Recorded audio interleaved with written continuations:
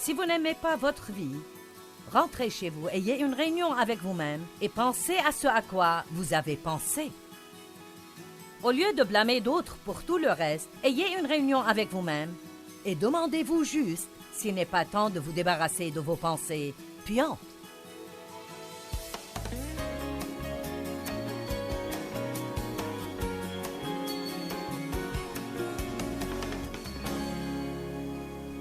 Vous savez, c'est une chose d'avoir quelque chose par la foi, c'est une autre de l'avoir grâce à votre expérience. C'est une chose de l'avoir légalement, comme je l'appelle. Il y a beaucoup de bénédictions qui sont légalement à vous, parce que Christ est mort, son sang a été versé, il a scellé une nouvelle alliance dans son sang, et en tant que croyants nés de nouveau, nous sommes cohéritiers avec lui et nous avons un héritage. Il est légalement à nous, c'est à nous, mais c'est sa possession qui devient parfois problématique pour les gens. Les Israélites sont sortis des chaînes de l'Égypte. Ils étaient esclaves en Égypte. C'est l'équivalent d'être esclaves du péché. Dieu leur a envoyé un libérateur, Moïse, et nous en a envoyé un, Jésus-Christ. Et nous sommes sortis de l'esclavage du péché. Ils ont été délivrés de l'esclavage de Pharaon et ils se sont dirigés vers un lieu appelé la terre promise. Nous sortons de l'esclavage du péché et nous entendons parler des promesses de Dieu et nous commençons à apprendre comment nous les approprier dans notre vie. Bien, les Israélites devaient passer par un lieu que la Bible appelle le désert. C'était un voyage de 11 jours à vol d'oiseau, tout droit à travers ce désert. Cependant, ça leur a pris 40 longues, malheureuses et pénibles années avant que certains d'entre eux finalement y entrent. La plupart d'eux n'y entrèrent pas d'ailleurs. De plusieurs millions qui sont sortis, à peu près 1,5 million avec les enfants, très peu entrèrent dans la terre promise. Josué, Caleb et certains des enfants qui n'avaient pas encore atteint l'âge de raison, quand Dieu finalement en a eu assez et a dit « Vous n'allez pas entrer dans la terre promise ». Maintenant, nous regardons leur histoire et nous secouons la tête en pensant que c'est bête. Si c'est un voyage de 11 jours, comment ça a pu vous prendre 40 ans pour vous y rendre? Mais il faut que nous nous réveillions ce soir et réalisions que beaucoup d'entre nous ont tourné autour des mêmes montagnes encore depuis trop longtemps. Et ma parole pour vous ce soir est il est temps de passer et d'avancer rapidement vers la terre promise. Or, ils pensaient que le problème, c'était leurs ennemis. C'était les Ismaélites et les Hivites et les Jébusites et les autres Hites. Et nous avons tous nos marques de nom en Hites. Ça peut être les mauvais maris Hites, les malotrus, voisinites, les maladies Hites, la pauvreté Hite, le mauvais passé Hite. Nous avons tous nos propres Hites et nous pensons que c'est le problème, le diable Hite. Si seulement il me laissait tranquille. Si ceci, si cela, c'est autre chose. Mais quand j'ai commencé cette étude, il y a de longues années, et que j'ai cherché et me suis approfondi là-dessus, je me suis rendu compte que très clairement dans les Écritures, le problème, ce n'était pas leurs ennemis, parce que, voyez-vous, Dieu était de leur côté. Et si Dieu est pour nous, qui sera contre nous? Il n'y a rien dans ce monde qui peut nous vaincre si Dieu est pour nous. Et Dieu était de leur côté. Il leur a dit, si vous faites ce que je vous dis, vous pouvez faire un voyage rapide à travers ce désert et profiter de ma promesse. Mais ils n'ont pas fait cela. Ce n'étaient pas leurs ennemis. Ce n'étaient pas les Jébusites, les Pérézites, les Hivites qui étaient leurs ennemis. Ce n'étaient pas les géants dans le pays. C'était leur mauvais état d'esprit et leur mauvaise attitude. Ils ne savaient pas comment penser de la façon dont Dieu voulait qu'ils pensent. Vous pouvez absolument penser à votre sortie des chaînes et penser à votre voie vers la liberté si vous apprenez à penser de la manière dont Dieu veut que vous pensiez. Il est impossible d'avoir la victoire et de penser au lien. Il est impossible d'être heureux et de penser à la tristesse et la dépression. Il est impossible d'être libre du péché quand vous pensez que vous êtes lié par le péché. Il y a un grand exemple de cela en Romains chapitre 6. Romains 6, 2, Paul a dit « Comment pouvez-vous vivre dans le péché quand vous êtes mort au péché ?» La Bible nous dit que quand le Christ est mort, nous sommes morts en lui, qu'il a pris le péché sur la croix et que nous sommes morts au péché et vivant pour la justice. Que veut dire ceci? Il y a une part de vous, la part de vous née de nouveau, qui ne veut rien avoir à faire avec le péché. Elle est morte au péché. C'est pourquoi maintenant, quand vous péchez, ça vous gêne.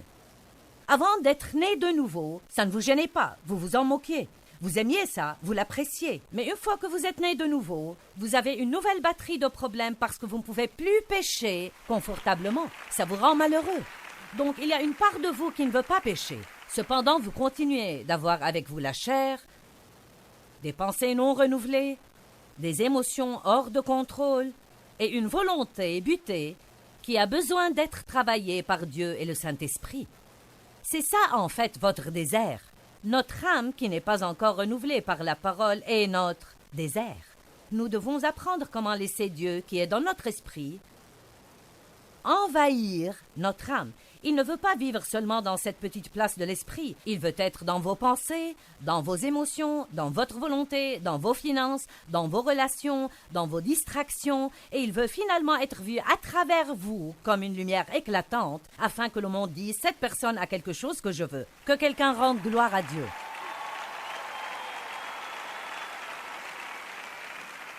Donc, Romains 6,2 dit « Nous sommes morts au péché ». Puis ensuite, Romains 6,11 dit « De même, vous aussi, considérez que vous êtes morts au péché et vivants pour la justice ».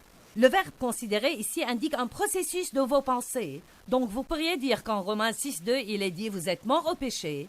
Puis qu'en Romains 6,11, il est dit « Maintenant, pensez que vous êtes morts au péché.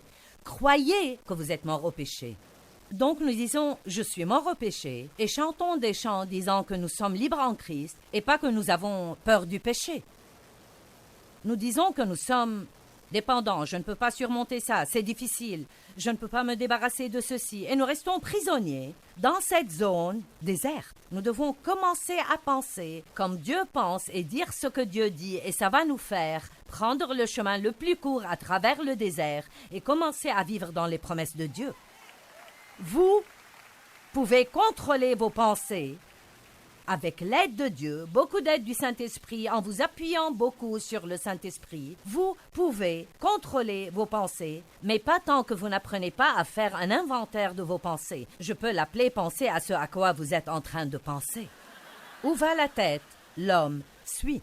Si vous n'aimez pas votre vie, rentrez chez vous, ayez une réunion avec vous-même et pensez à ce à quoi vous avez pensé. Au lieu de blâmer d'autres pour tout le reste, ayez une réunion avec vous-même et demandez-vous juste s'il n'est pas temps de vous débarrasser de vos pensées puantes. Amen. Fixez vos pensées et gardez-les fixées sur de bonnes choses. Vous savez, une des deux écritures les plus populaires qu'on utilise quand on enseigne sur les pensées sont 2 Corinthiens 10, 4 et 5, les armes que nous utilisons ne sont pas charnelles. Ce sont les armes puissantes de Dieu pour détruire des forteresses, abattre les imaginations et les raisonnements. Nous faisons prisonnière toute pensée pour l'amener à obéir à Jésus-Christ. Donc il y a un combat dans nos pensées. Fausses idées, raisonnements et théories qui ne s'accordent pas avec la parole et la Bible nous donne la responsabilité de les détecter et de les abattre. Maintenant, ce n'est pas notre responsabilité par nous-mêmes parce que quand vous vous appuyez sur le Saint-Esprit, vous devez dire « Dieu, je te demande de me rendre compte quand je pense de mauvaises pensées. » Juste prier. « Dieu, fais-moi me rendre compte chaque fois que je pense de mauvaises pensées. Ne me laisse pas penser à des choses stupides. Fais-moi me rendre compte quand je pense de mauvaises pensées. » Et donc, quand vous commencez à prier comme ça, vous allez commencer à réaliser « Je ne dois pas penser comme cela. » Je ne devrais pas penser à cela. Ce n'est pas en accord avec la parole. Et ces forteresses dans vos pensées sont abattues quand vous êtes un étudiant assidu de la parole de Dieu, qui est pour une part ce que vous êtes en train de faire ce soir. Je vous applaudis parce que vous avez pris un vendredi soir une partie de la soirée. Le travail de la semaine est fini et vous auriez pu faire toutes sortes de choses. Vous auriez pu sortir et dépenser votre paye pour quelque chose qui ne vous aurait fait aucun bien, ou vous auriez pu aller dans toutes sortes d'endroits, ou vous auriez pu rester à la maison parce que vous êtes fatigué d'avoir travaillé toute la semaine. Mais vous êtes ici, vous êtes venus par milliers, tout ce chemin jusqu'en haut de l'immeuble pour étudier la parole de Dieu et pour le louer. Je vous applaudis. Mais je dois aussi vous dire, je ne veux pas être décourageante, que ça ne suffit pas pour vous faire marcher dans la victoire. Vous devez vous lever et étudier davantage. Ensuite, priez un peu. Ensuite, louez un peu. Allez à l'église le jour suivant. Allez au service du milieu de semaine la semaine suivante. Regardez mon programme TV les 5 jours de la semaine d'après. Téléchargez quelque chose sur votre tablette ou sur votre portable. Étudiez la parole continuellement. La parole.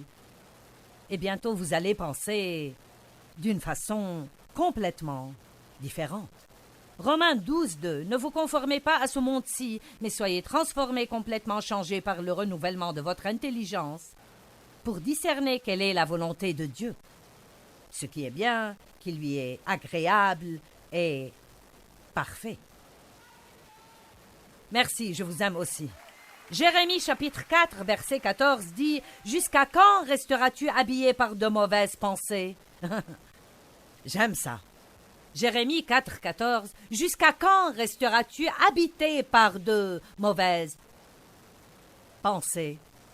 Donc, la première chose que j'ai détectée, que je sentais que c'était un problème pour les Israélites, et qui contribuait au fait qu'ils mettaient tant de temps à avoir la victoire, et aussi la raison pour laquelle beaucoup d'entre eux n'ont jamais eu la victoire du tout. Et vous savez, il y a beaucoup de gens qui croient en Jésus et qui iront au ciel, mais ne profiteront jamais de la victoire ici, sur la terre.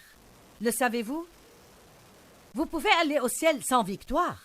Vous êtes sauvés par le sang du Christ, mais pour profiter du voyage, la victoire est nécessaire et je pense que pour être un témoin correct pour les autres, il faut la voir fonctionner dans votre vie. Amen. Donc, la première chose que j'ai vue, c'était qu'ils n'avaient pas une vision positive du futur. Ils parlaient toujours du passé. Ils pensaient que leur passé dictait leur futur.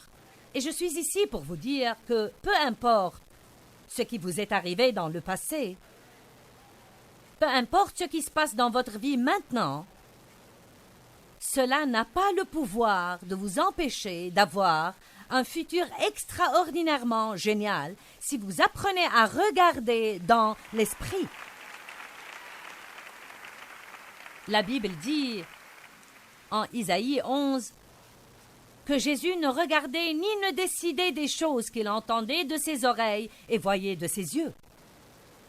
Il voyait avec ses yeux spirituels et écoutait avec ses oreilles spirituelles, et nous avons tous des oreilles sur notre tête et des yeux sur notre visage, mais nous avons aussi des oreilles et des yeux spirituels. Avec nos yeux naturels, nous voyons ce qui se passe et ce qui arrive dans notre vie. Mais avec nos yeux spirituels, nous voyons ce que nous ne pouvons voir avec ces yeux-ci. Nous regardons avec une attitude de foi et nous disons « Dieu dit que je peux avoir un bon futur et je crois que je peux avoir un bon futur. » J'étais récemment dans un Starbucks dans une ville dans l'Utah. Une femme m'a reconnue et a commencé à me parler. Elle a dit « J'ai écrit à votre ministère et vous ai parlé de mes problèmes. » Et ainsi de suite. Elle a commencé à me raconter ses problèmes. Elle a dit « Oui, je vais vous dire. » Elle a dit « Dans ma vie, j'ai été jetée sous le bus. » Je ne lui ai pas dit ceci parce que je ne voulais pas la blesser, mais quand je suis partie, j'ai pensé « Madame, j'ai aussi été jetée sous le bus, mais maintenant je le conduis. » Amen. Bien, elle s'est juste arrêtée à « j'ai été jetée sous le bus ». Et je peux vous dire, elle va être assise quelque part à raconter la même triste histoire à quelqu'un dans 1 an, dans 5 ans, dans 10 ans. Seulement son histoire va être de plus en plus amère et va paraître encore pire parce qu'elle n'avait pas d'espoir de changement dans sa vie. Et j'ai essayé de lui dire, eh bien, Dieu peut changer les choses, vous devez avoir confiance et croire en Dieu. Et tout ce que je recevais comme réponse à chaque fois, c'était un mur ou une quelconque excuse. Son cas était un cas spécial, ce n'était pas comme tous les autres cas, personne n'avait jamais souffert comme elle. Elle avait été jetée sous le bus et elle était allongée sous les 4 roues et elle n'avait aucune intention de sortir de sous ce bus. Bon, j'ai décidé de conduire ce bus stupide. Et vous pouvez faire la même chose. Mais écoutez-moi bien, ce n'est pas quelque chose que quelqu'un peut décider à votre place. Chaque personne doit décider cela elle-même. J'aimerais que nous regardions un exemple dans Genèse au chapitre 13. Nous voyons ici un homme, Abraham, qui a tout perdu, et cependant il finit avec plus que ce qu'il avait perdu. Dans l'économie de Dieu, vous pouvez perdre jusqu'à la moindre chose que vous avez, et si vous voyez avec les yeux de la foi, vous finissez avec davantage que ce que vous avez laissé. Job avait tout perdu, avait des problèmes terribles, et à la fin, Dieu lui a donné 2 fois plus que ce qu'il avait perdu. Abraham avait béni son neveu Lot en lui partageant ce qu'il avait, et ensuite, ils sont devenus si prospères tous les deux, ils avaient tellement de troupeaux et tellement d'employés qu'ils ne s'entendaient plus, les employés. Et donc, Abraham alla voir Lot, prit l'initiative, voulant être un artisan de paix, et il a dit « Je te prie qu'il n'y ait pas de conflit entre nous. Décide quelle part du pays tu veux, et je prendrai ce que tu ne me prends pas. » Voici, je pense que c'est une attitude plutôt extraordinairement humble ici, car j'aurais dit « Je vais prendre ce que je veux en premier, et tu prendras le reste, parce que tu n'aurais rien eu si je ne te l'avais donné. » Mais Abraham était évidemment un homme de Dieu, ce qui est probablement la raison pour laquelle Dieu a pu faire alliance avec lui et l'utiliser comme il l'a fait. Donc, effectivement, si vous lisez le chapitre 13, Lot choisit la meilleure part de la vallée du Jourdain et Abraham a dû prendre ce qui restait. Donc, il n'était pas en très bonne forme. Mais au verset 14, il est dit « Le Seigneur dit à Abraham, après que Lot se fut séparé de lui, lève donc les yeux et du lieu où tu es, regarde au nord, au sud, à l'est et à l'ouest. Oui, tout le pays que tu vois, je te le donne ainsi qu'à ta descendance pour toujours. » Et au verset 17, il est dit « Lève-toi, parcours le pays, en long et en large, car je te le donne. » Donc, il dit 2 choses ici. Les 2 sont importantes. La première, il a dit « Regarde au nord, au sud, à l'est et à l'ouest, et tout ce que tu peux voir, je te le donne. » Bon, de toute évidence, il lui disait de regarder avec ses yeux naturels. Mais je crois que Dieu veut vous dire ce soir « Regarde vers le futur. Que vois-tu par la foi pour ta vie? Est-ce que tu peux te voir sans dette? Est-ce que tu peux te voir propriétaire de ta maison? Est-ce que tu peux te voir avec une nouvelle voiture? Est-ce que tu peux te voir dans un meilleur travail? Est-ce que tu peux te voir être une bénédiction pour beaucoup, beaucoup, beaucoup de gens? Est-ce que tu peux te voir vivre et jouir de ton rêve, quel que puisse être ce rêve? Tant que c'est aussi le rêve de Dieu, tu peux vivre ce rêve. Peux-tu le voir? Si tu ne peux pas le voir, tu ne l'auras jamais. Ensuite, il lui a dit, « Et tout ce que tu vois, je te le donne. Maintenant, va et marche dessus. Va, prends-le. » Ça veut dire entreprendre une action. J'avais un rêve. Un rêve donné par Dieu de prêcher l'Évangile. C'était quelque chose que Dieu a fait naître dans mon cœur lorsque j'ai entendu un enseignement sur cassette en 1976. J'étais si étonnée que quelqu'un puisse prendre un passage de l'Évangile de Marc et prêcher dessus pendant presque 1 heure et garder votre attention. Et le désir brûlant de prêcher l'Évangile tout autour du monde est venu dans mon cœur, ce qui était très stupide si on considère où j'en étais à l'époque, donc c'était Dieu. Disons juste que j'étais la candidate la moins à même de le faire. Donc, Dieu mettra des choses dans votre cœur qui n'ont pas de sens pour votre intelligence. Vous ne pouvez pas vivre avec une intelligence non renouvelée. Vous devez vivre avec l'intelligence de l'esprit. Dieu va vous montrer des choses qui sont des potentialités pour vous, mais quand vous lisez la parole, vous devez la prendre pour vous, pas juste pour ce groupe spécial de personnes vraiment spéciales, mais chaque promesse dans la parole de Dieu est pour vous. Elles sont toutes pour vous. Dieu veut vous bénir. Dieu veut vous promouvoir. Dieu veut vous élever. Dieu veut vous utiliser. Dieu veut vous guérir. Amen. Mais vous devez le voir Et vous ne pouvez pas attendre de le voir avec ses yeux avant de le croire. Vous devez le voir d'abord avec vos yeux spirituels, ensuite vous le verrez finalement avec ses yeux-ci. Je vis dans le Missouri qui est appelé l'État du montre-moi. Eh bien, dans l'économie de Dieu, vous devez d'abord le croire, le voir avec vos yeux de foi, et ensuite vous le verrez finalement dans le naturel. Néanmoins, même si je proclamais par la foi ce que je croyais que Dieu m'avait dit et donné, je proclamais ces promesses comme m'appartenant, je devais quand même aller et prendre possession de ce pays. Maintenant, l'expression « prendre possession » est intéressante car, si vous l'étudiez, elle signifie déposséder les occupants actuels et ensuite prendre le pays.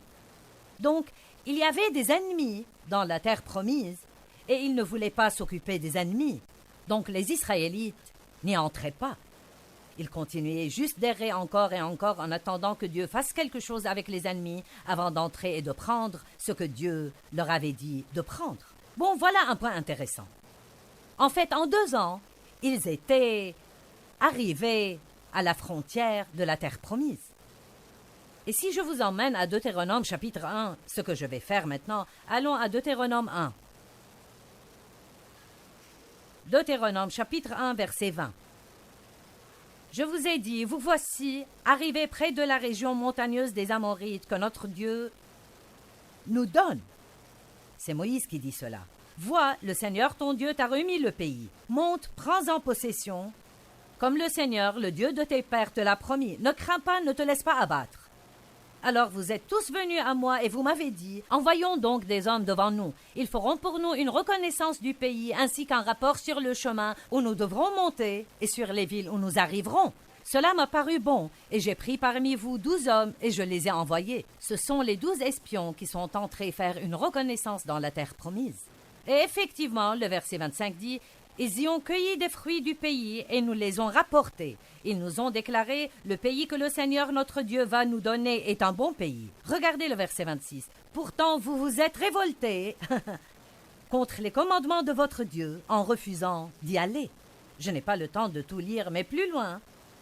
Ils ont décidé, bien maintenant, nous y irons. Et Dieu a dit, n'essayez pas d'entrer maintenant, parce que je ne suis pas avec vous. Vous auriez dû y aller quand je vous l'ai dit. Donc les voilà, arrivés à la frontière de la terre promise, et quand Dieu leur a dit « Maintenant, c'est le moment de posséder le pays », ils n'y sont pas allés, ils se sont rebellés contre Dieu, et ils ont erré encore 38 ans dans le désert, et beaucoup d'entre eux, ils sont morts. Bon, maintenant, je veux vous enseigner une petite leçon. Quand Dieu dit « Il est temps de vous occuper de quelque chose »,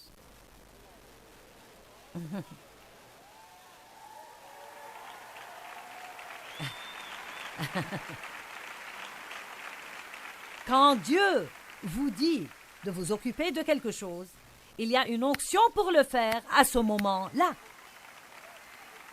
Et vous ne pouvez pas le mettre de côté jusqu'à un moment plus pratique ou un moment apparemment plus facile ou un moment où vous vous sentez prêt, parce qu'alors vous pouvez décider « J'en ai marre de supporter ça, je pense que je vais m'en occuper maintenant » et puis vous rendre compte que Dieu ne vous a pas oint à ce moment-là. Nous devons apprendre que quand Dieu touche des choses dans nos vies, il faut le prendre sérieusement. Si Dieu s'occupe d'une mauvaise attitude chez vous, il faut agir. S'il s'occupe de vous concernant le manque de pardon chez vous, agissez en conséquent. Ne donnez pas l'excuse que c'est difficile de pardonner aux gens. Je vais vous dire ce qui est difficile. Haïr les gens, c'est bien plus dur que de pardonner aux gens. Le pardon est facile comparé à la haine et l'amertume et au ressentiment et au fait d'être plein de poison tout le temps. Si Dieu est en train de s'occuper d'une habitude que vous avez et qui est destructrice, si Dieu est en train de mettre son doigt dessus, alors vous ne devez même pas penser que vous ne le pouvez pas, parce que Dieu ne va jamais s'occuper de vous à propos de quelque chose sans vous donner la capacité d'arriver à la victoire. Mais vous devez le croire. J'aimerais vous partager quelque chose qui est arrivé par courrier. Quelqu'un a écrit du Wisconsin et a dit « À l'époque où j'étais en classe de 3e, j'essayais d'échapper aux difficultés de la vie. Les enfants se moquaient de moi parce que j'étais petit. Ma grand-mère m'avait donné ma première boisson alcoolisée à 9 ans et donc je suis devenu alcoolique et ai fini en prison pour 7 mois. Des années plus tard, j'ai entendu Joyce prêcher et j'ai depuis écouté son programme. J'ai appris combien la vie chrétienne est extraordinaire quand vous vivez dans les fruits de l'esprit et étudiez la parole de Dieu comme une manière de vivre. Et je souligne cela. Étudiez la parole de Dieu comme une manière de vivre. Vous savez, renouveler votre intelligence, c'est oublier votre passé et utiliser vos yeux spirituels et commencer à marcher dans la parole de Dieu.